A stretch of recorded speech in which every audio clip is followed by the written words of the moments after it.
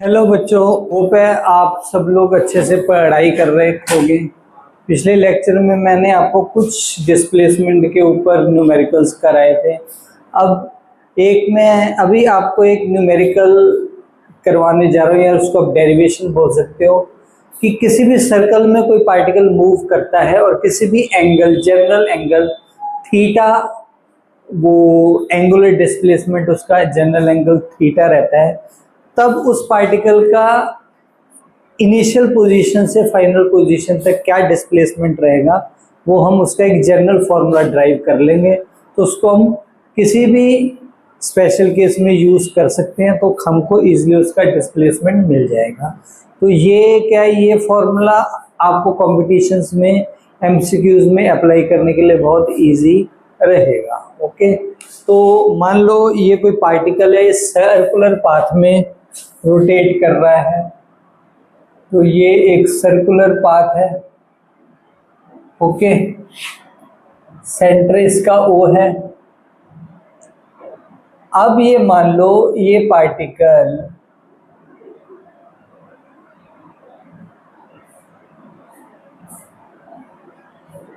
A point से और B point तक जाता है और इसका एंगुलर डिस्प्लेसमेंट थीटा है। ठीक है ना। तो अब इसका एक्चुअल पाथ क्या रहेगा और एक्चुअल आर्क AB कितना रहेगा वो हम देख लेंगे, और एक्चुअल डिस्टेंस और ये एक्चुअल डिस्प्लेसमेंट। तो ये स्ट्रेट लाइन डिस्प्लेसमेंट है और ये एक्चुअल पाथ है।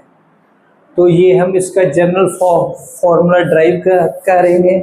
तो बहुत सिंपल सी बात है, इसको हम यहाँ से परपेंडिकुलर डाल लेंगे। ओके, और इसको नाम दे देंगे पॉइंट D। तो नेट डिस्प्लेसमेंट क्या रहेगा अगर इसका रेडियस R है, तो नेट डिस्प्लेसमेंट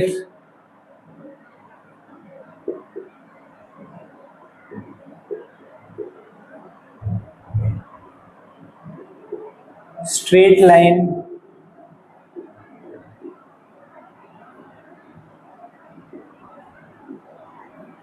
लाइन क्या रहेगी, AB।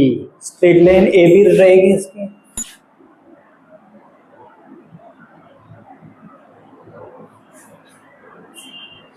AB की वैल्यू क्या रहेगी, अब हम AB का मैग्नीट्यूड लिखेंगे, तो AB क्या हो जाएगी, AD प्लस DB। ओके, अब देखो इन ट्रायंगल, तो AD और DB की वैल्यू निकाल लेंगे हम सिंपल। तो इन ट्रायंगल ADO, तो ये एंगल थीटा है, तो ये कितना हो जाएगा, थीटा बाय 2, और ये भी थीटा बाय 2। तो ये क्या हो जाएगा तुम्हारा, R AD हो जाएगा R sine theta by 2। AD is equal to R sine theta by 2, और सिमिलरली BD भी हो जाएगा हमारा R sine theta by 2। Sine theta by 2 क्या रहेगा, perpendicular upon hypotenuse AD upon R। तो AD हो जाएगा R साइन थीटा बाई 2 और BD भी हो जाएगा R साइन थीटा बाई 2, अगर ये हमारा R है। तो सिंपल यहाँ पे रख दो। AB की वैल्यू कितनी हो गई, AB की वैल्यू हो गई हमारी 2R साइन थीटा बाई 2। दोनों को ऐड कर दिया, तो डिस्प्लेसमेंट AB क्या हो जाएगा, तो ये है हमारा डिस्प्लेसमेंट AB। ये हमारा डिस्प्लेसमेंट हो गया।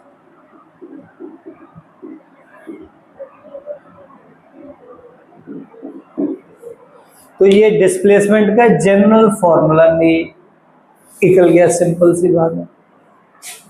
ये एंगल, ये एक्चुअल लेंथ ए बी क्या रहेगी?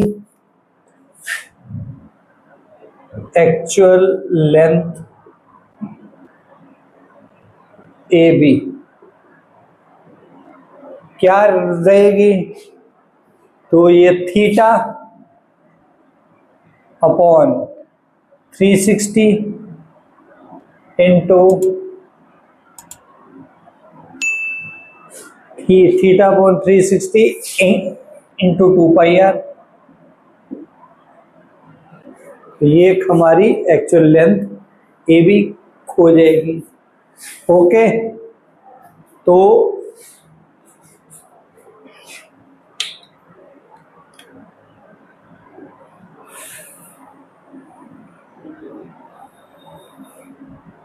ये जनरल फॉर्मूला आपको मिल गया। अभी हम इसके स्पेशल केसेस ले लेते हैं। Special case 1, special cases. तो एक यहाँ कंजेस्टेड हो जाएगा, तो इसके हम स्पेशल केसेस ले लेते हैं। देखो, स्पेशल केसेस सिंपल। तो पहला स्पेशल केस, अगर ये एंगल एक क्वाड्रेंट है, यानी theta is equal to pi by 2। अगर थीटा पाई बाई 2 है तो उस केस में मेरे पास ए बी की वैल्यू कितनी हो जाएगी? 2r sine pi by 4 equals to 2r 1 over √2 is equals to r √2। A B की वैल्यू कितनी खो गई? r √2। और इससे पहले वाले रिजल्ट में हमने यही निकाला था, ए बी की वैल्यू r √2। इसको हम रैशनलाइज कर लेंगे, 2 से 2 कट जाएगा और ये क्या बन जाएगा? r √2। 2 से 2 ये काट दो और r √2 2r।